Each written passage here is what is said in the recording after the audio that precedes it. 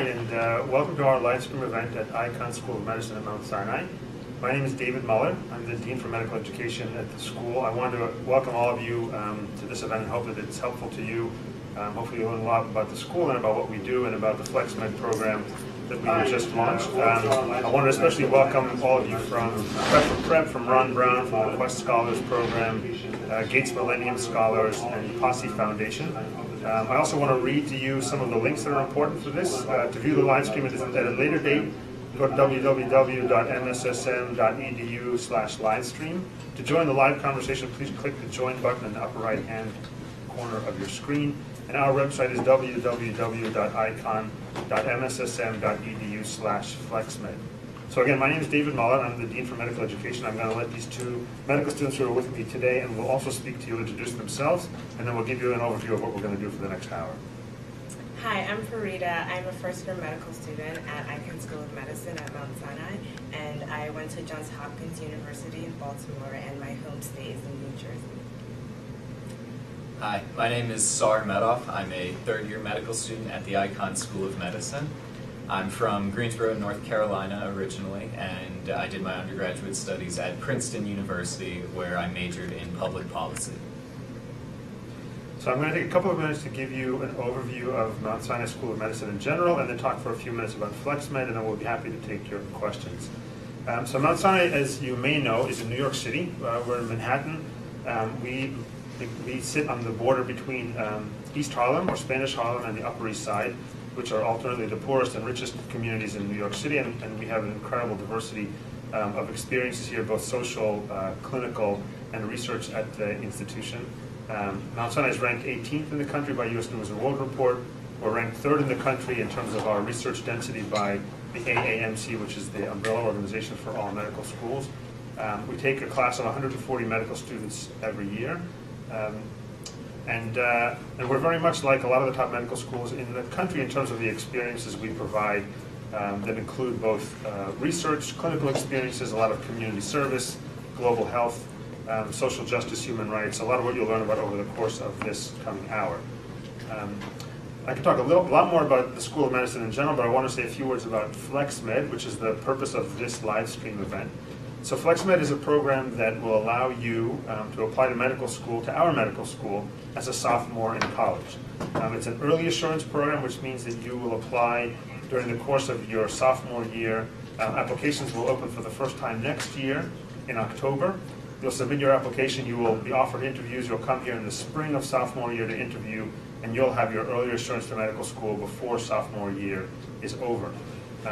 FlexMed is open to all schools in the country, all undergraduate institutions. It's open to all majors. And once you're in FlexMed, the huge benefit we think to medical students is that you'll be able to pursue your major without having to take a lot of the traditional pre-med requirements and without having to take the MCAT exam. That's right, you will not have to take the MCAT exam. You'll be required to finish your undergraduate degree. You'll have the opportunity to take a year or even 2 years off before coming to medical school, and then you will join us here as a medical student at Icahn.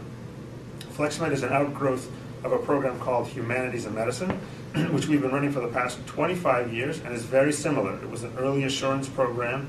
People applied as sophomores. It was only for humanities majors, but again, once they were in, they did not have to take the traditional pre-med science requirements. They did not have to take the MCAT exam. And after 25 years, we've learned that the Humanities Medicine program has been incredibly successful, has attracted great students, and their outcomes, their performance has been no different than their peers in medical school who did have a traditional pre-med education. So that really encouraged us to open up this program and expand it to all majors, all schools, and starting next year, we will take up to half of the class from this FlexMed admissions program. So we are starting to get some questions in online. Can you talk about how much weight will be given to the SATs and freshman year grades? So the question is how much weight will be given to the SATs in the admissions process and how much to freshman grades. One of the beauties of Humanities and Medicine and now the FlexMed program is that we're really able to broaden the criteria that we look at to decide whether someone really belongs in medical school here at Icahn or not. In the traditional pre-med track, A lot of the decisions are made based almost entirely on your grades, your GPA, and that MCAT exam. And once we've taken that off the table, it is true that we will look at something like your SAT score or ACT score. But what it allows us to do also is look much, much more broadly at what your experiences have been, the things you've accomplished, your leadership roles in high school and in college, your general interests, whether they be in global health or research or whatever your particular major is. And so your score on the SAT and ACT will be factored in, but to a much, much less degree than your MCAT would have been if you were in the traditional path. Your freshman year GPA will be factored in also, as will the sophomore first semester GPA, as will your high school GPA. So those things, again, they're all really important to give us a sense of where you stand academically. But what we're really looking for is people who are very mature, very thoughtful, determined to join the field of medicine, but also determined to bring their special talents into the field as well. And real quickly, before we move on to some student questions, we are getting a number of questions asking if there are any exceptions to the I must be a sophomore rule. So do you want to just clarify that or state that again? So the I must be a sophomore rule, which I guess is what it's called now, is that you must be a sophomore to apply to this program. There really have been no exceptions that we've made so far, and that will continue to be the case. The goal of this being open only to sophomores is that once you're accepted as a sophomore, we feel that it allows you to make the most of the rest of your college education. So you have 2 years at minimum, and more if you take years off before coming to medical school, to really craft yourself and your educational plan. So yes, the I must be a sophomore rule is a must. That's sad news for some people because this is being launched and announced at a time where you may be a junior or even a senior already in college. But it's good news if you're not, and if you know people who are not in high school, your siblings, your friends, your colleagues in these programs that you belong to, you should definitely spread the word because it will be a great opportunity for them. Okay. So let's move on to some student questions now. Can you both describe how you heard about HUMED and whether, how you found it beneficial to your med school experience? Okay, so I first heard about the Humanities and Medicine program at Mount Sinai through Newsweek. I had just finished my first year of college, and I'd spent the summer in Ethiopia doing some healthcare work, and I came back. I had about a month before college started again, and I was reading an editorial in Newsweek about how med schools are looking for more well-rounded physicians, and there was a one-sentence quotation from the then director of the Humanities and Med School program saying, "Our students do just as well as other medical students once they get here and they make interesting physicians," says the director of the Mount Sinai Humanities and Medicine program. I thought that sounds like a very interesting program. I looked it up online, and really for the next 2 months up until the application was due, I worked on my application, I thought about my application, and was just amazed that this opportunity even existed. And then I was lucky enough to be accepted to the program. And really what it did was it absolutely gave me freedom to pursue my other passions during college. Obviously I was interested in medicine, that's why I applied in the first place, but I was also interested in public policy, and I was able to study education policy and military policy. I was also interested in business, and I helped run the business plan competition at Princeton. And for fun, I was involved with the student section at the home basketball games. So I was able to kind of follow all of my different interests, again, because of the assurance that I had through the Humanities and Medicine program that I would eventually go to medical school. And it absolutely gave me more freedom in my undergraduate studies and activities.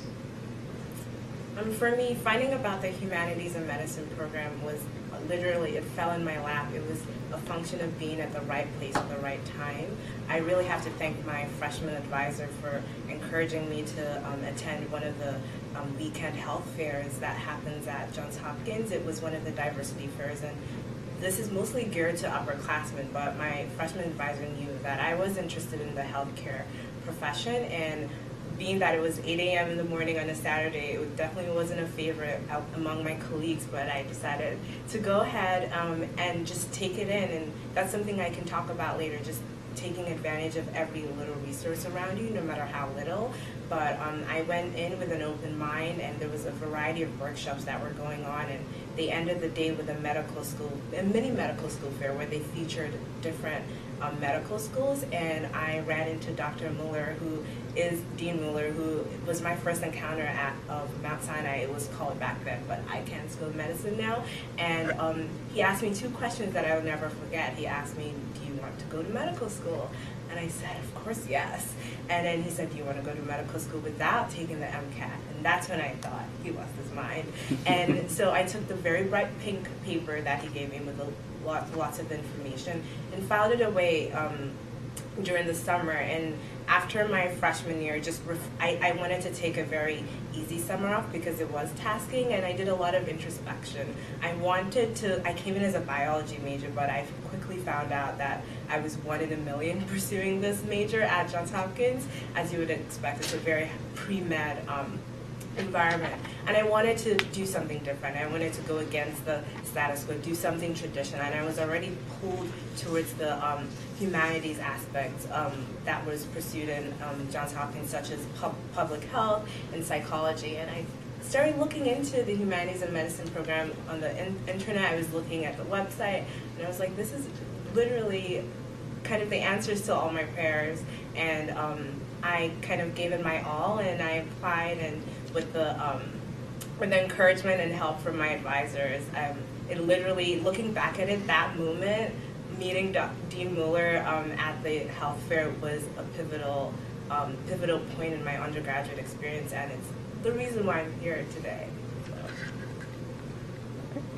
And we are getting a bunch of questions about sort of more specifics about the program and admissions. So let's go to one of those. Is it possible to get a joint MD, PhD degree through FlexMed, if you're accepted through FlexMed? So that's a good question. There is a very successful MD, PhD program here at Mount Sinai. About 10% of every incoming class is from the MD, PhD cohort. We haven't thought through the option of getting into FlexMed as a sophomore and then deciding to do an MD, PhD, but we're completely open to it. Because we just announced the program, and the first recruitment season is not until next year, it's one of the elements that we're working on now. But the last thing we want to do is limit a person's options, and so my gut answer to that is absolutely yes. People will have the option of applying to the MD, PhD program, even though they've gotten into FlexMed. And a question about the acceptance, about getting accepted. I guess two questions. If you get accepted to FlexMed, are you prohibited from applying to other med schools? And if you don't get accepted to FlexMed, can you still apply through the traditional route? So the two questions are interesting. So absolutely, if someone applies to FlexMed and they don't get in, we encourage them to apply as a traditional student, and we would love to see your applications. That was true for the Humanities and Medicine program as well. It's always been very competitive, very selective, and so lots of students who didn't get in the first round would then apply again in their senior year and had a good chance of getting into the medical school. So there's no reason not to do that. The way that FlexMed is structured, in the same way that Humanities was structured, you don't take the pre-med requirements unless it's part of your major. We don't really want you to take them because we don't want you to take things you are obligated to take but don't want to.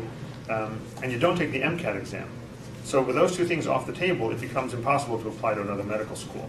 The typical approach that we've taken for students, and I don't even know if this has ever happened, but the typical approach we would have taken if a student ever got into Humanities and Medicine, into the program, and then chose to take the MCAT anyway, is that we probably wouldn't take them into the Humanities and Medicine program. It sort of it runs counter completely to the philosophy and the pedagogy of what the program is all about.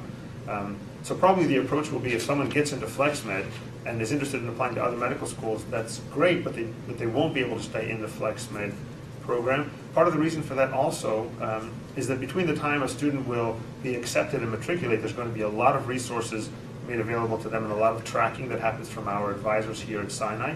And so for students that we're investing that much time and energy in, the last thing we want is for them to choose to go off in other directions. So if a student chooses, after being accepted to FlexMed, to take the pre-med requirements anyway and take the MCAT, then they won't still be considered accepted into the FlexMed program. Hopefully that's clear. Let's go back to the students for just a bit. What sort of requirements did you have to fulfill once you got accepted and you were still an undergrad? What did you still have to fulfill in order to maintain eligibility? So after you apply, you're supposed to take a year of biology and a year of chemistry and maintain at least a 3.5 GPA. So you're still expected to do as well as your colleagues in every way. You just have different requirements, and it may seem more easier depending on how you look at it, but you're supposed to be putting your best and taking as much as you can from your undergraduate experience while doing what you want to do. Certainly, no, those were the requirements that I had to adhere to as well. And one thing that I would say is that really, when you are accepted to the program, it is such a tremendous gift that you do feel a certain responsibility to pursue your passions and to follow whatever it is that you're interested in. Being accepted to the program, it's a major vote of confidence from everyone here at the Icahn School of Medicine that you will be a great physician one day and that we want you to come here.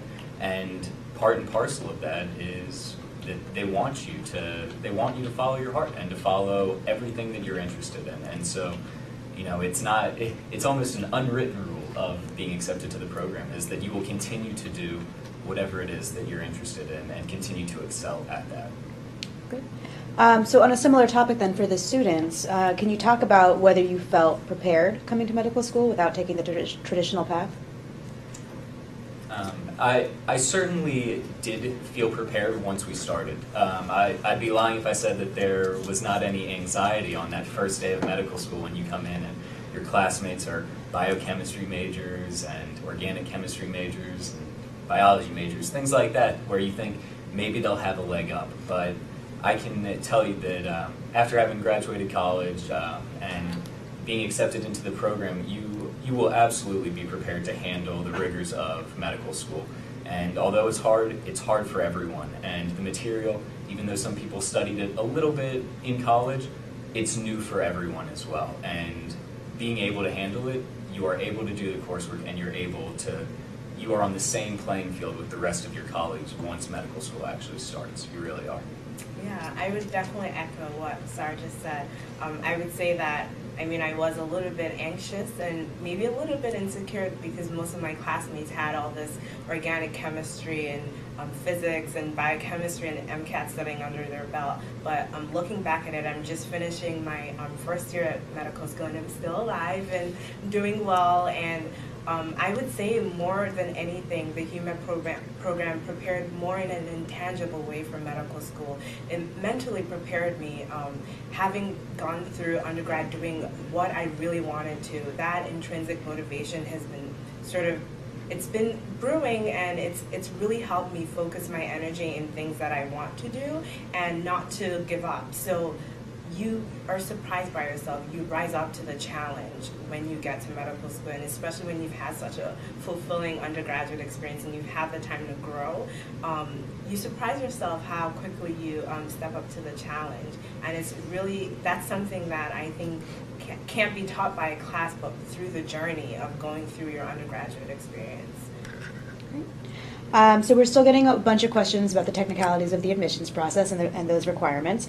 So Dr. Muller, can you talk a little bit about, is there an average minimum GPA that you look at? And also, do you take into account the competitiveness of undergraduate schools and their rankings? So the competitiveness of undergraduate schools is something that we do take into account because some schools are more rigorous than others in some majors. Just the way that we take certain majors into account, some majors are more rigorous, and so getting a 3.5 GPA in one major may not be the same as getting a 3.5 major in another GPA. A lot of those are variables that we factor in. I wouldn't say in a mathematical way, but they're always sort of in the back of our minds when we are evaluating an application and seeing what someone's credentials are. The other question had to do with, Jean? What was the other question? Sorry. What's the minimum GPA? Oh, so the minimum GPA is there's no minimum GPA. I mean, we can look every year at the pool of students who come into the school, and obviously there's going to be some average GPA. But I think the thing that we're most proud of at Mount Sinai, whether it's in the traditional path or in the Humanities and Medicine or now FlexMed, is that the range of GPAs is huge. Because again, we need to know what your GPA is or what your SAT score is to get a sense of where you are, where you stand academically. But it's much, much more important to us to understand what your motivations are for life and for medicine, what kinds of things you've accomplished, and how you plan to take those motivations and accomplishments and apply them to the practice of medicine. Okay, so for the students, we have a bunch of college students and high school students who are watching this. So is there anything that you would suggest or advise them in terms of what they should be doing in their high school and college careers to prepare for FlexMed? Yeah, I would say, looking back at my application journey, I would say just be yourself and make sure you're putting yourself out there at all times. And don't take any experience that you have lightly. Try to take as much as you can from any experience, whether it is your advisor telling you to show up for an hour at a meeting. You never know who you're going to meet, and you never know who's going to touch you. I would say always put your best foot forward, because looking back at the process, they weren't looking at my end of 4-year GPA at college or my MCATs. They were looking all the way back to my high school career and my extracurriculars and how I was doing first year of undergrad. And even though Johns Hopkins was a pass-fail system the first semester, I still did my best in every way. And I'm not saying getting A's or anything like that, just really being yourself and being true to yourself and challenging yourself to do things that you may not even be comfortable with, because that's what's going to show in your application. So, as Fareedat and Dean Muller said, obviously grades are important, and doing well in school is certainly important, because it is kind of the, it's one thing that they can point to and say, oh, the student will be able to succeed in medical school. However, the best piece of advice that I got when applying to the program was from the then director of the Humanities and Medicine program, and she said, Sar, the problem with many of our applicants is that they're pre-med students. And what she meant by that is that many of the students who were applying to the program at that time, again, this is 6 years ago now, many of the students who were applying were looking for an easy backdoor into medical school or something like that, which this program certainly is not. And what she meant is that, they're not looking for another organic chemistry major or another chemistry biology major who is only interested in those purely science things, and their one goal is getting to medical school. The point of the program is to get future physicians who have interests obviously in medicine, but also outside of medicine, and who will be able to incorporate their interests from their other studies with their future careers as healers in the field. And so really, as Fareedat was saying, taking advantage of every opportunity, whatever it is that you're interested in, excelling at that, showing that you're interested in it, and trying to distinguish yourself in some way, because there are many people who apply to the program. It is competitive, and if you have something that makes you different, makes you stand out, makes you an interesting candidate, and someone who will be an interesting physician later on down the road, that's what they're looking for, and that would be my advice. This one's probably for all three of you, asking about the summer prep before FlexMed students start their first year. So, Dean Muller, if you can talk about why that's part of the FlexMed program, and for the students, if you participated in that as a HUMED student, what that experience was like. So I can start, and actually, because it's going to be very different than the Humanities and Medicine program, it may or may not be a question that's relevant. So the Humanities and Medicine program had 2 summer components to it, one after junior year and one right before students matriculated at the medical school. And we've changed that around a bit. So there's not going to be, the only summer program that's going to exist now is going to be the summer before you arrive at your first day of medical school. The summer program that's going to exist is going to be 6 weeks long, and it's really only going to be for undergraduates who were accepted through FlexMed and were not science majors. Because if you were a science major as an undergraduate in FlexMed, and you love chemistry, you love biology, and you pursued that major as a passion, then you've done more than enough that you need to do to prepare for the sciences in the beginning of medical school. But if you've chosen to pursue a major in the social sciences or in the humanities, and you haven't had that science background, then you'll come here 6 weeks before school, and we will give you the basics of biochemistry, cell biology, genetics, and that will prepare you with a decent foundation, as good as you need, in order to be able to succeed in the first 2 years of medical school. So then another question for you, maybe you want to talk about whether FlexMed is replacing HUMED, if it's an expansion, if it's a new program. One of the questions we just got in is whether humanities majors are favored over science majors for FlexMed. So it's a great question. So the couple of things that we learned from the Humanities and Medicine program, of course what we talked about already is that getting an early assurance to medical school and having all that time to craft your own education in college and after is really critically important. The other thing that we learned is that yes, you can be a humanities major and still be incredibly successful in medical school as a physician. So FlexMed is an expansion of the humanities and medicine concept, because that model, the basics of that model, should work if you're a physics major or a French literature major or a biochemistry major. The idea that you can take what you're really interested in and pursue it to its maximum extent in college and even for a year or two after college, and then bring that strength to medical school, is critically important. So we want this pool of students in FlexMed to be as diverse as possible in terms of their education and their experiences, their background. There's no particular preference within FlexMed for humanities majors, but we will absolutely still look for those very best humanities majors. We'll also look for what some might call the traditional majors that end up in medical school, but they've come to FlexMed because they don't want to pursue a prescribed curriculum. They want to pursue what they're interested in. And we'll also look for people who are majors in areas like computer science and mathematics and physics that maybe didn't even consider medical school, but can certainly bring those strengths to what the future of medicine or medical research is going to look like in this century. Now we have another question for the students. Did either of you do any volunteer work or clinical work prior to coming to med school that maybe prepared you for medical school or got you interested in it? Yes, I did a lot. I think because of the HUMED program, one of my things that I really wanted to do at Hopkins was give back and have a positive impact on student life and the Baltimore community as a whole. So I did a whole bunch of things, but one of the most meaningful experience I had was starting an organization with a colleague of mine called Camp Kesem, and it was a student-run organization where we put on a week-long summer camp for children between 6 to 13 who have parents who've gone through cancer or are going through it. And it was an amazing experience. From just ratifying the chapter, we started a chapter at Hopkins. There's different chapters around the United States, and just from ratifying the chapter as a legitimate chapter at Hopkins to raising $20,000 to running a group a leadership board of 14 people with tons of different personality.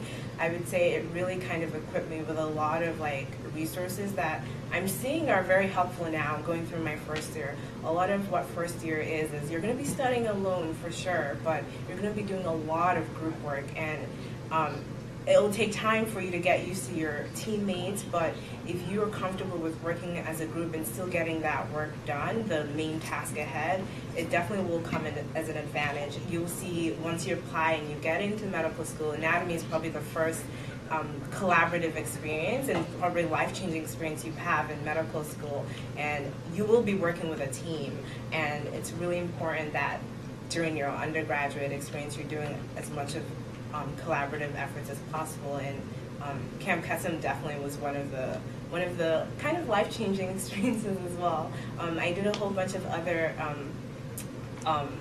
other programs that were more clinical. I did shadowing during my sophomore year. This was actually after I got into the HUMED program. I did more of a clinical medical shadowing, which my friends still joke about. They're like, oh, you've gotten in. Why are you doing all these other cool internships that are related to medicine? But I really wanted to get more of an in-depth feel of what I would be doing once I graduated from medical school. And I did a Robert Wood Johnson medical summer internship.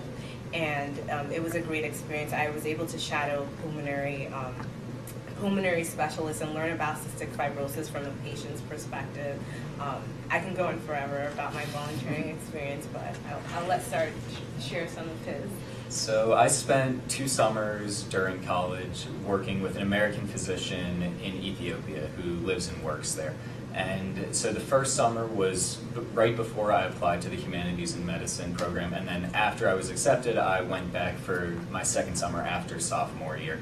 And although it was a medical experience and I was doing medical volunteer work, it was really about being in Ethiopia, experiencing the culture, meeting the people, traveling around the country, and on top of that, getting some exposure to the medical field. So I did that volunteer work, but then the majority of my volunteer activities during college were actually around education and tutoring high school students in Trenton for the SATs and working with them on their college applications. So my volunteer work, it ranged from healthcare to education, but those were kind of my 2 main focuses before coming. Dr. Muller, we have some advisors watching, undergraduate and pre-health advisors. Can you talk a little bit about how this affects their day-to-day duties, and if they should be, how they should be reaching out to certain students, or? So it's a great question. We've had a series of meetings already with pre-health advisors here in the New York region, and are doing more and more of those meetings in other areas in the country. It's clear from the Humanities and Medicine experience that the kind of student who walks into the pre-health advisor's office for that program is different than the traditional pre-med student, and the advising they need is different. And once they've had a chance to interview, to apply to interview and are accepted, they're clearly off of your roster of things you need to follow up on because they're already in medical school. So our anticipation is that a program like FlexMed will open the doors a little bit more widely for students who want to apply as sophomores, who now come potentially from a variety of majors. We've tried to set up the link on our website to FlexMed in a way that provides a lot of basic information, and also has a couple of toolkits that advisors can use to help students, to help guide students in terms of what they need to do to apply, and also to help them guide students in terms of whether this is a good choice for them, because it's not for everyone. And as you look at the website and see what their expectations, requirements are, and how it's structured, you'll see that it's going to be a great fit for some students, but maybe not for other students. So probably it'll expand the workload that pre-health advisors will have. We apologize for that. But for the students who come to you for information about FlexMed and are then accepted, it'll be one less thing that you have to worry about. And although you did cover this earlier, we still keep getting this question in. So can you define what you consider sophomore status? Define sophomore status. So sophomore status, I don't know if I can define sophomore status. I mean, it's someone who is technically by their school considered to be a sophomore in college. And so typically that's going to mean already having finished the equivalent credits for 1 year of college as an undergraduate, and in your second year. And I know that there are schools that are structured a little bit differently, that there are 5-year programs, there are people who come into college with credits, and it pushes their status up a little bit. I would say that the easiest answer to the question is, you know a sophomore when you see one, but if you have a specific circumstance, you should absolutely feel free to email me, david.muller@mssm.edu. The person who also is helping to oversee the FlexMed program is Basil Hans. It's basil.hans@mssm.edu, and his name is spelled B-A-S-I-L, and his last name is Hans, H-A-N-S-S. We're happy to get your emails, and we can answer your specific question. And can you talk a little bit about how you factor in diversity into the applications, and how you make sure that there's diversity in the class? So diversity is the key to everything that we do, and so I want to define it first as saying that diversity means a ton of different things. It means that you come from different regions of the country. It means that you come with different strengths and different interests. It means that you've pursued a lot of different majors, and the more diverse the class is, the better the educational experience is for everyone in the room. And then there's diversity that has to do with coming from disadvantaged communities around the country. There's ethnic, racial, cultural, social, religious diversity, and all of that is something that is really important to us. There's something in medical school admissions, a term that we use called distance travel. So students who come from difficult backgrounds where they really had to work hard to get through high school and get into college, or get through college, or work through college and support their families. All those things are really important to us in terms of the life experience you bring to medical school. And again, the more diverse the class, the better learning environment and experiences for all of the students. We mentioned at the very beginning that Mount Sinai is in the heart of East Harlem and in New York City, which is an incredibly diverse community, of course. And so the more diverse our class, the better care we can provide to our patients, the more connected our patients feel to the kind of care that we are providing them. So it's critically important. It was a driving force behind creating FlexMed, because again, taking a lot of those more traditional obstacles to medical school off the table, like no MCAT and no organic chemistry, means that the access to medical school will be open to many, many more applicants than otherwise would be possible. Okay. And we have one more question about the application process for you before we move back to the students. We're getting a number of questions about sort of how specific you are in terms of the class requirements. So can you sort of mix and match with, does it have to be one year of chem, 1 year of bio? Can I do 2 of chem, 2 of bio? Can you sort of mix and match the menu? So I'll try to be as clear as possible. But again, I would suggest 2 things. One, that you look at the website, because it spells things out pretty clearly. And 2, if you still have questions, you absolutely should email us. So the way FlexMed is set up is that you have to have taken 2 semesters of either biology or chemistry. If you insist on taking 1 semester of chem and 1 of bio, just email and we'll figure out whether that makes any sense or not. But what we want is for everyone who applies to show us that you can handle 2 semesters of college level chem or bio. If you have AP credits in one of those courses, that does not count because AP is tough, and if you've done well on the exam, we're very proud of you, but it's not exactly the same as taking 2 full semesters of chemistry or biology in a college setting. So you only need 1 of those, either the chem or the bio, before you apply. Once you've been accepted, you need to take the other one. So if you had a year of chemistry, you'll need to take a year of biology. And then a couple of other requirements that we have that are actually much more interesting and relevant to medical school, things like health policy and bioethics and some statistics that will help you function better, both as a medical student and as a physician. And I lied, I do have one more question for Dr. Muller before the students. Can you talk a little bit about the gap year? And one question we have is, if I get accepted to FlexMed and I want to pursue the Peace Corps or another service organization after I graduate college, is that something I can do? What do you, talk about that? Absolutely. So the gap year was something that was a critical part of the Humanities and Medicine program. It was never something that was required, but it's something that was strongly encouraged. And if it's a good fit for you, then you absolutely should do it. But it's not a good fit for everyone. Some people need to get right through and get into medical school. Some people, for financial reasons, can't afford to take the time off. At the other end of the spectrum, some people find that they have opportunities like a Fulbright or like the Peace Corps, and they want, or Teach for America, and they want more than 1 gap year. And so our general guideline has been, we strongly encourage you to take a year, and if you've got a good program to work at for 2 years, that's perfectly fine. Every once in a while, it's been rare, but every once in a while someone wants to add a 3rd year to that gap period. And again, we deal with that on an individual basis. There have been times where we said, absolutely, you should do it. It's the best experience you could have in your life. But there also have been times where we felt that it doesn't really add a constructive experience to students' time before medical school, and we ask that you matriculate. So if you have exceptions to ask about or talk about either now or once you're accepted, then absolutely get a hold of us. So I think we're just about wrapped up. I feel bad because she kept saying there were student questions. I didn't get to. Yeah, I think we're closing up now. So if we want to, why don't we have everyone sort of give some closing remarks? The students, if you want to, keeping in mind that we have a lot of high school and college students watching. If anybody's sort of thinking about med school or FlexMed, what would you say to them? What would you recommend? And if you want to wrap up your thoughts. Sure. I would say if you're a high school student, I would say just continue to excel in what you're doing, and you want to keep the door as open as possible for all these different opportunities. So you don't want to keep yourself in a hole or do things that may limit your chances of getting into this program. So do your best, try to get that A, but it's not the end of the world if you don't. Do the things that you love and follow them to the end. The passion is what's really important, and they're going to see that in your application and when you do your interviews. And for college students, I would say take advantage of that first year you are at college. Open yourself up and take classes in the different fields that your colleges offer. I didn't know I was going to be interested in the social sciences till I decided to take a public health class. It was just an intro to public health class, and I was extremely invigorated by it, and I decided I really wanted to pursue something like that. And I would say keep your grades up, even if your college has a pass-fail system. I know a lot of my colleagues thought that was kind of like, oh yeah, let's do a lot of more fun stuff and keep the grades sort of there, but you want to keep your grades up because that will show that you are a diligent student no matter what the pressures are on you. And don't be afraid to transcend those barriers, and don't look at those statistics too much. Even if you see there's a limited chance so-and-so gets in, just put yourself out there because you'll be surprised as what you will get back.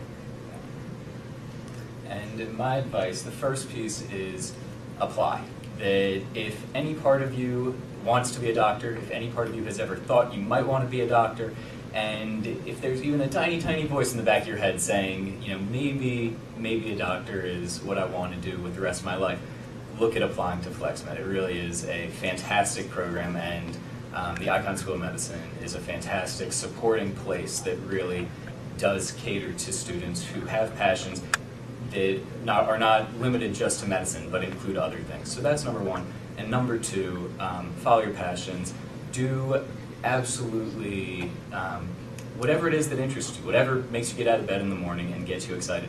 That's what FlexMed wants to see. That's what American needs in its physicians. And so really cater to that.